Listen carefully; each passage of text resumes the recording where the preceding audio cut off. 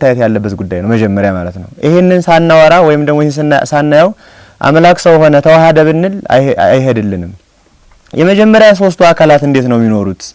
እንዴት ነው አካላት በአካላት እንዴት ነው?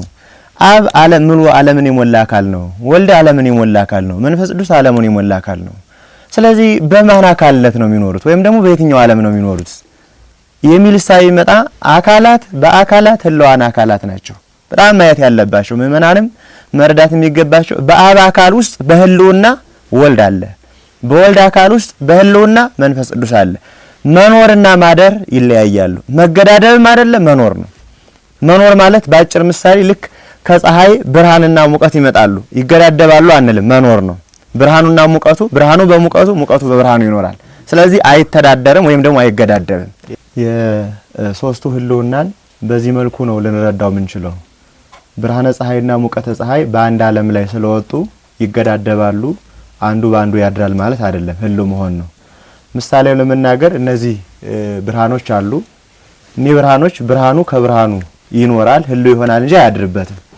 አካላት በአካላት አብ በወልድ ወልድ በአብ መንፈስ ቅዱስ በአብና በወልድ ህልው ሲሆኑ ይሄን ይመስላል ባጭሩ። ሊቁ ቅዱስ ጎርጎርዮስ ዘእንዚናዙም ነአምን በአብ ከመህሉ በወልድ ወመንፈስ ቅዱስ ወነአምን በወልድ ከመህሉ በአብ ወመንፈስ ቅዱስ ወነአምን በመንፈስ ቅዱስ ከመህሉ በአብ ወወልድ። አብ በወልድና በመንፈስ ቅዱስ ህልው እንደሆነ እናምናለን። ወልድም በአብና በመንፈስ ቅዱስ ህልው እንደሆነ እናምናለን። መንፈስ ቅዱስም እንዲሁ ህልው እንደሆነ እናምናለን። ህልዋን እሙንቱ በአካላት እንዘ ይህሉ በአካላት ይሆሙ አንዱ ባንዱ በአካልነቱ ጸንቶ እያለ አንዱ ባንዱ ግን በህልውና ይኖራል። ሌላ ምሳሌ ለመናገር ብርሃነ ፀሐይ አለ ወይም ደግሞ ከክበቡ ተለይቶ አይኖርም። ስለዚህ ወደ ስጋዊም ስንመጣ ይሄንን ይዘን ምን ሄደው ማለት ነው። አንድ ሰው በብርሃኑ ነው የምንጠቀመው፣ ብርሃኑን ነው አይናችን ሊያየው የሚችለው እንጂ ሙቀቱን አናየም። አሁን ብርሃንን ስላየን ሙቀት የለም ልንን አንችልም። ህልውና ያልተለየው ስጋዊ ነው። አምላክ ሰው ሆነ ለማለት ያ ነው። በሌላ ምሳሌ አብ ፀሐይ ወልድ ፀሐይ ወመንፈስ ቅዱስ ፀሐይ፣ አብ እሳት ወልድ እሳት ወመንፈስ ቅዱስ እሳት፣ አሐዱ ውእቱ ሳይሆ ዘማርያም በአርያም ሰፍሮ ያለ አንድ እሳት ነው እያለ የሥላሴን ነገር አብ እሳት ነው ወልድ እሳት ነው መንፈስ ቅዱስ እሳት ነው ብሎ ያስቀምጣል። አሁን እሳትን ከብርሃኑ ብርሃኑን ከአካሉ ከሙቀቱ ለይተን አናስቀምጠውም። አሁን የህልውና የሙቀት ህልውና ከአካሉ ከእሳቱ አካል አይለይም። የእሳቱ አካል ደግሞ ከብርሃኑ አይለይም። ስለዚህ አይናችን ሊያየው የሚችለው ግን ያንን ብርሃኑ ነው ሊያየው የሚችለው እና ወልድ ሰው ሆነ ለማለት እነዚህን የሥላሴን ህልውና ይዘን ነው እንመጣ እና አካላዊ ቃል ከሶስቱ አካላት ሲመሰገን ሲቀደስ ሲሰለስ የሚኖር ይሄም ባህሪውን ባህሪ የሚያመሰግነው ፍጥረታትም እንዲሁ የባህሪ ምስጋናው የሚገልጹለት ነገር ግን በመፍጠር የባህሪ ግብሩን ያሳየ እርሱ ከሶስቱ አካላት እሱ ሰው ሆነ እንላለን። ሰው የሆነበትም እንዲሁ አይደለም ተከናውነውለት በብዙ ዘመናት ትንቢት አናግሮ ነው የመጣው። ይሄንን የሚታይ ጉዳይ ስለሆነ ማለት ነው። ሊቁ ቅዱስ ሄሬኔዎስም በሃይማኖተ አበው ምዕራፍ 7 ቁጥር 1 ላይ ኦሪት ወነቢያት ወንጌል ሰበኩ በክርስቶስ ከመውቱ ተወልደ እምድንግል። ኦሪት ነቢያት ወንጌል የክርስቶስን ነገር አስተማሩ ማለት ከድንግል እንደተወለደ ሰበኩ ብሎ አስቀምጧልና ጊዜው ሲደርስ ዋመ በጽሐ መዋዕለ ዕድሜው ፈነወ እግዚአብሔር ወልዶ ወተወልደ እምይእሲት። ሐዋርያውም በገላትያ ምዕራፍ 4 ቁጥር 1 ላይ ጊዜው በደረሰ ጊዜ እግዚአብሔር አንድያ ልጁን ላከ ከድንግልም ተወለደ ይላል እና ጊዜው ሲደርስ ከሰዓቱ ሰዓት ከእለቱ እለት ከደቂቃው ደቂቃ ሳይጎልበት አካላዊ ቃል የሚወለድበት ሰዓት ሲደርስ ቅዱስ ገብርኤልን ነው የላከው። ወሶበሬ ንጽህናኪ ለልዩ እግዚአብሔር አብ ፈነወ ሀቤኪ መልአኮ ብርሃናዊ ዘስሙ ገብርኤል። ንጽህናሽን ባየ ጊዜ ብርሃናዊ መልአክ ቅዱስ ገብርኤልን ወደ አንቺ ላከ ብሎ ሊቁ ቅዱስ ሪያቆስ እንደነገረን በየመጻሕፍቱም ተጽፎ እንደምናገኘው በሉቃስ ወንጌልም ምዕራፍ 1 ከቁጥር 26 ላይ ወበሳደስ ወር ተፈነወ ገብርኤል መልአክ ማህበ እግዚአብሔር ሀባቴ አገር ዘገሊላ። በስድስተኛው ወር የእግዚአብሔር መልአክ ቅዱስ ገብርኤል ወደ እመቤታችን ተልኮ መጣ ብሎ እንዳስቀመጠው ቅዱስ ገብርኤል መጣ፣ እመቤታችን አበሰራት። ወናሁ ድንግል ትጸንሲ እነሆ በድንግልና ጸንሰሽ በድንግልና ትወልጃለሽ ነው ያላት። እማይቴ ሰማይ ከዘከመዝ ብስራተ ዘንበለመት ድንግል ጸንሰተ ወዘንበለ ዘር ምድርቶተ። እንዴት ሊሆን ይችላል ሴት ያለ ወንድ መጽነስ መሬት ያለ ዘር ማብቀል እንዴት ይቻላል ብላ ጠየቀችው። ምሳሌውን በምሳሌ ለማስረዳት ሞከረ ቅዱስ ገብርኤል። ነገሩ ሁሉ ተከራከረችው። ይሄ ማለት እመቤታችን የተነገረውን ተስፋ የተቆጠረውን ሱባኤ አታውቅም ማለት አይደለም። አስረግጦ መረዳት ለእመቤታችን ልማድ ነው። የኋላ የሚመጣው ዘመን በተለይም የሰይጣንን ሐሳብ መልአከ ብርሃን መስሎ መጥቶ እንዳይሸውድ ወይም ደግሞ እናቷ ቅድስት ሔዋንን አሳስቷ ስለነበረ ከቅድስና ወርዷ ስለነበረ እንደዚህ ተከራክራ ተረድታ ነው እመቤታችን ቅድስናን ያመጣችው። ሊቁ ዮሐንስ አፈወርቅም የእመቤታችንና የሔዋንን ነገር በተረጎመበት አንቀጹ ሔዋን የመላኩ ማነው የዲያብሎስን ድምጽ ሰምታ ኃጢአትን እንደጸነሰች እመቤታችን ግን የቅዱስ ገብርኤል ድምጽ ሰምታ አካላዊ ቃልን ጸነሰችው ብሎ ነው ያስቀመጠው። ስለዚህ ያ አንጻራዊ ስለነበረ ተከራከረችው። በሌላም መልኩ ሔዋን ሳትከራከር ኃጢአትን አግብታ ስለነበረች እመቤታችን ግን ተከራክራ ነው ትክክለኛውን ጽድቅ ያመጣችው ማለት ነው። በዚህ መልኩ አካላዊ ቃል ይኩነኒ እንዳለኝ ይሁን ስትለው ቃል ከስጋዋ ጋራ አንድ አካል አንድ ባህሪ ሆነ ማለት ተዋሃደ፣ በከፊለ አካል በከፊለ ባህሪ ማለት ነው። መላክኒ ያይመረ ዕለተ ልደቱ ለቃል ቅዱስ ኤጲፋኒዮስ በሃይማኖተ አበው መላክ ራሱ የሚወለድበትን ቀን አላወቀም አብስር አለው እንጂ ዕለቱን አልነገረውም ይላል። ወአልቦ ዛይመረ ምላለ ውስታሪያም ምስጢረ ምጽአቱ ለቃል በአርያም ካሉ መላእክት አለ ሊቁ የቃልን መምጣት ያወቀ የለም። ሰው ሲሆን ግን አወቁ። ወዲያው ይኩነኒ ስትል ሰውነቷ ሲለዋወጥ በብርሃን ስትሞላ አይቶ አሁን ሰው ሆኗል አላት። ቃል ስጋ ሆነ ስንል ምን ማለታችን ነው? እንቲያው ለቃል ኮነ ለስጋ ወእንቲያው ለስጋ ኮነ ለቃል። ቅዱስ ቄርሎስ የቃል ገንዘብ ለስጋ የስጋ ገንዘብ ለቃል ነው የሆነው። ቃል ማን ነው? ቅድም ያሉት ሊቃውንቱም አባታችን ሲሉት የነበረው ከሶስቱ አካላት አንዱ አካል ወልድ ነው። ስለዚህ ቃል ስጋ ሆነ ስንል እሱ ነው ስጋ የሆነው። ይሄ ማለት ቅድመ ዓለም አብ ያለ እናት የወለደውን ድህረ ዓለም እመቤታችን ያለ አባት ወለደችው። እንደ ነፍስና እንደ ስጋ ሊቁ ቅዱስ ቄርሎስ ወወኑ ረከባ ነፍሳቲሆሙ ዘንተ ኩሎ ሰማዕታት በተፈለጡ በተቆረጡ ጊዜ በእውኑ ነፍሶቻቸው ይቆረጡ ነበርን ብሎ ይጠይቃል። አይቆረጡም ካላችሁ የተቆረጠው ምናቸው ነው? ስጋቸው ወይስ ነፍሳቸው ብሎ ይጠይቃል። ስጋቸው ነው ካላችሁ ስጋቸውን ነፍስ ከተለየ በኋላ ስጋን ቢቆርጡት ያመዋልን ብሎ ይጠይቃል። አያመውም ካላችሁ ለምን ይላል? ነፍስ ስለተለየው። ታዲያ የተቆረጡት በነፍስ ነው ማለት ነው አይደል? ይሄ ማለት ነፍስን ከስጋ ስጋን ከነፍስ ለይቶ ማስቀመጥ ስለማይቻል ነው። ስለዚህ መለኮት ቃልና ስጋ አንድ አካል አንድ ባህሪ አንድ ፈቃድ ነው የሆኑት። የተለየ ባህሪ የተለየ ፈቃድ አልሆኑም። ሊቁ ቅዱስ ቄርሎስም ይሄንን ሲያመሰጥር በሃይማኖተ አበው ምዕራፍ 73 ቁጥር 12 ላይ ወይንካድ ዘኮነ ዲበ ህላዌ ልዑል እግዚአብሔር ቃል በልዑል እግዚአብሔር ቃል የሆነውን ነገር እንዳንክድ ከመሶበ ይትወደ ሐጺን ውስተ ላይ በእሳት አካላዊ ቃል ሰው የሆነበት ጉዳይ እሳት እና ብረት አንድ እንደሚሆነውበት አይነት ነው። ይሄ ምሳሌ ያጽጽ ነው። በእርግጥ እሳቱ ከጠፋ በኋላ የብረትን ባህሪ ገንዘብ ሊያደርግ አይችልም። የብረት ባህሪም እሳቱ ከጠፋ በኋላ ሊያደርግ አይችልም። እሳቱና ብረቱ ግን በጋሉበት ሰዓት ያለው ቅጽበት ግን ተዋህዶን ይመስላል። ምሳሌ ያሳያል ማለት ነው። ስለዚህ እንደዚህ ነው ሰው ሆነ ስንል በዚህ ጊዜ የስጋን ገንዘብ ቃል ገንዘብ ሲያደርግ ስጋ ግዙፍ ነው፣ ውሱን ነው። በማኅፀነ ድንግል ውሱን ሆኖ የሚታይ ነው። ነገር ግን ይሄ ውሱን አካል መላተ አካልን ገንዘብ ስላደረገ ስጋ በቃል ገንዘብ የርህቀት አይደለ የርቀት ነው የሞላው። ያን ጊዜ በማኅፀነ ድንግል ስጋ የርህቀት አይደለ የርቀት ማለት ረቂቅ አካል ገንዘቡ ስለሆነ ባህሪው ስለሆነ ተዋሂዶ አይተታ ለምንታዊ ተዋሂዶ ሁለትነትን ስላጠፋ ይሄን ሆነ ማለት ነው። በኋላ በ40 ቀን ከተነሳ በኋላ አረገ። ምን ነው ደግሞ ቃል በስጋ የርቀት አይደለ የርህቀት ነው ያደረገው።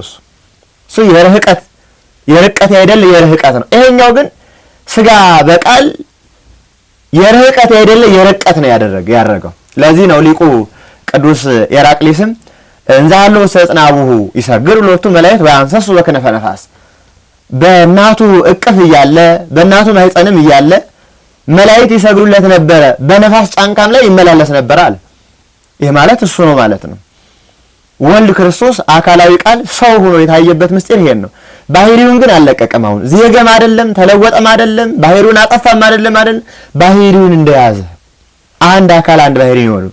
በተአቅቦ ተዋህዶ ተአቅቦ ተዋህዶ የቃልን ባህሪ ወይም የቃልን ማንነት ስጋ ሳያጠፋው የስጋን ማንነት ቃል ደግሞ ሳያረቀው ሳያመጥቀው ሳያጠፋው በተአቅቦ ገንዘብ ማድረግ መዋሃድ ነው እንጂ ማጥፋት አይደለም በስጋው ውስጥ ያለ። ስለዚህ ቃል ስጋ የሆነበት እሱ ነው ማለት ነው። ወልደ እግዚአብሔር ምን ነው ከድንግል ማርያም የተወለደው ይሄ ነው። በዚህ ጊዜ ይሄንን ሲሆን ሊቁ ምን አለ?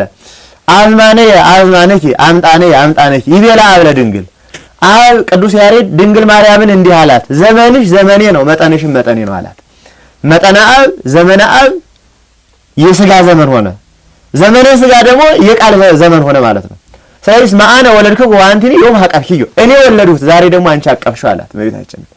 ስለዚህ እመቤታችንም አባቶቻችን ጠባ ወትህት ጠቢብ ትሁት የሆነች ይህን ምስጢር ያያዘች እና ይህን ምስጢር ሊቃውንቱ እየመረመሩም ያስቀመጡት ሊቁ ዮሐንስ አፈወርቅ ምንተ እብል ወምንተ እነብብ እስመ ብሉ በማይል ኮነ ሕፃነ በዲበ ምድር እነሆ ምን እላለሁ ምን እናገራለሁ በዘመን የሸመገለው ሕፃን ሆነ ካለ በኋላ ምንተ እብል ወምንተ እነብብ ናሁ ድንግል ትጸንስ ወይበሉ በእፎት ወልድ ከመ ይትነከል ልደቱ እነሆ ድንግል በድንግልና ጸንሳ ትወልደዋለች እንደ ምንድነው ሊሉ ግን አይገባም አይቻልም ልደቱ ድንቅ ነውና ነው ያለው።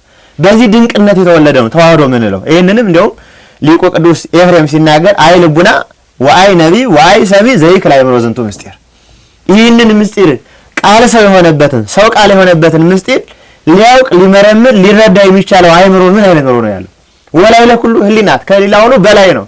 አይ ልሳን ዘይክል ነይ ዘይተነገረ እንቲያች ኦ ድንግል ንጽሕት እሙ ለቃል አብ አካላዊ ቃል ካንቺ ሰው ሆኗልና ይሄንን ነገር ሊናገር የሚቻለው ምን ይኖራል ነው ያለው። እበያለ ድንግል ይትካለ ተነግሮ የተባለው ይሄ ነው። ለዚህ ነው ሊቁ ቅዱስ ያዕቆብ ዘስሩግ በሃይማኖተ አበው ምዕራፍ 88 ቁጥር 2 ላይ ሲናገር መንክር ልደትከ ኦ ወልደ እግዚአብሔር ወልደ እግዚአብሔር ልደት በጣም ድንቅ ነው ይላል። ምክንያቱም ማይስማማውን የቃል ባህሪና የሥጋን ባህሪ አንድ ያደረገ እርሱ ነው። ይሄንን ሊቁ ዮሐንስ አፈወርቅ ወደ እግዚአብሔር መውጣት ቢያቅተን እሱ ሰው የሆነበት ወደኛ ወረደ ይላል። እኛ ወደ እግዚአብሔር መቅረብ ሲያቅተን እሱ ደግሞ ወደኛ መጣ። ሊቁ አባ ጊዮርጊስም ሰብእሰ ይክል ከዊነ ፈጣሪ በፈቃዱ ሰው በፈቃዱ እግዚአብሔር መሆን አይችልም። ወእግዚአብሔር ሰ ይክል ከዊነ ሰብ በስምረቱ እግዚአብሔር ግን በፈቃዱ ሰው መሆን ይችላል። ስለዚህ በፈቃዱ ሰው የሆነበት ነው። ሰው ሲሆንም አብ ላከው መንፈስ ቅዱስ ላከው እኔ ተላኩ ሚል እናገኛለን። ይሄ ማለት ግን እስመ በፈቃዱ ወበስምረታው ወመንፈስ ቅዱስ መጽአ ወዳነን በአባቱ ፈቃድ በራሱ ፈቃድ በመንፈስ ቅዱስ ፈቃድ ሰው ሆነ ነው። በአቲ ፈቃድ በአቲ ስምረት ሰው የሆነበት ጉዳይ ነው እሱ ማለት ነው። ሰው የሆነም ጊዜ ሰው የመሆኑ ጉዳይ አያረክሰውም ወይም ደግሞ ያጎሰቁለውም።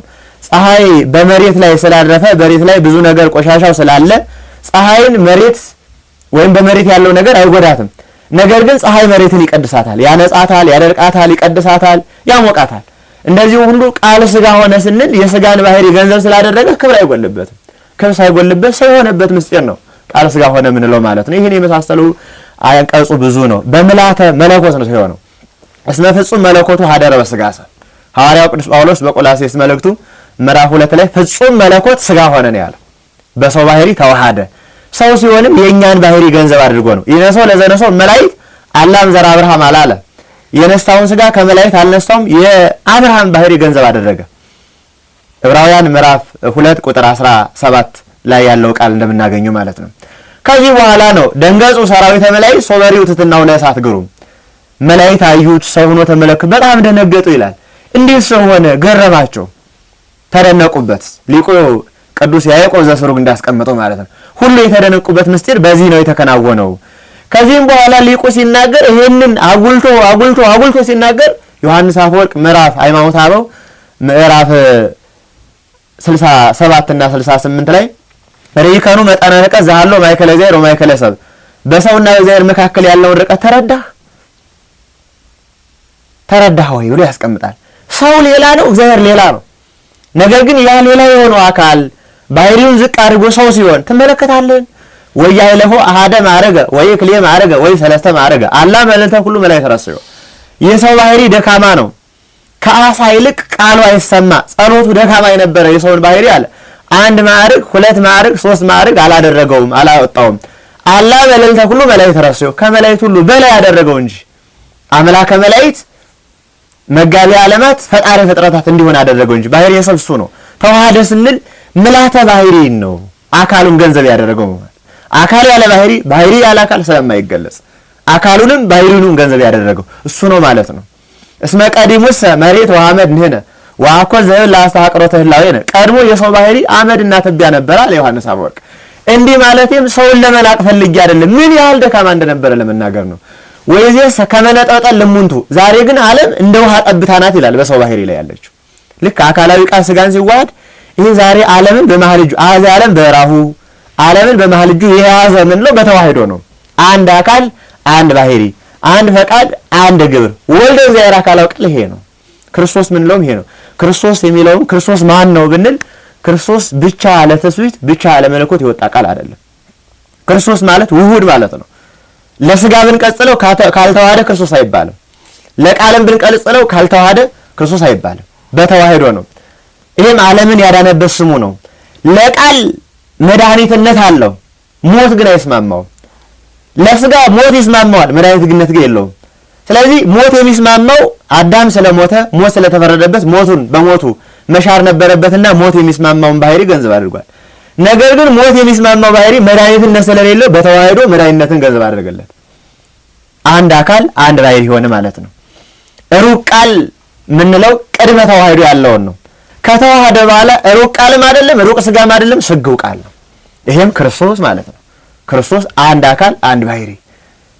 ይሄም በተዋህዶ የወጣለት ስሙ ነው እንጂ ከተዋህዶ በኋላም ከተዋህዶ በፊትም የወጣ ስሙ አይደለም ክርስቶስ የሚባለው። በእርግጥ ነቢያት መሲሁ ለእግዚአብሔር የእግዚአብሔር መሲሁ እያሉ ጠርተዋል። ውሁድ የተዋሃደ ማለት ነው። ትንቢት ነው።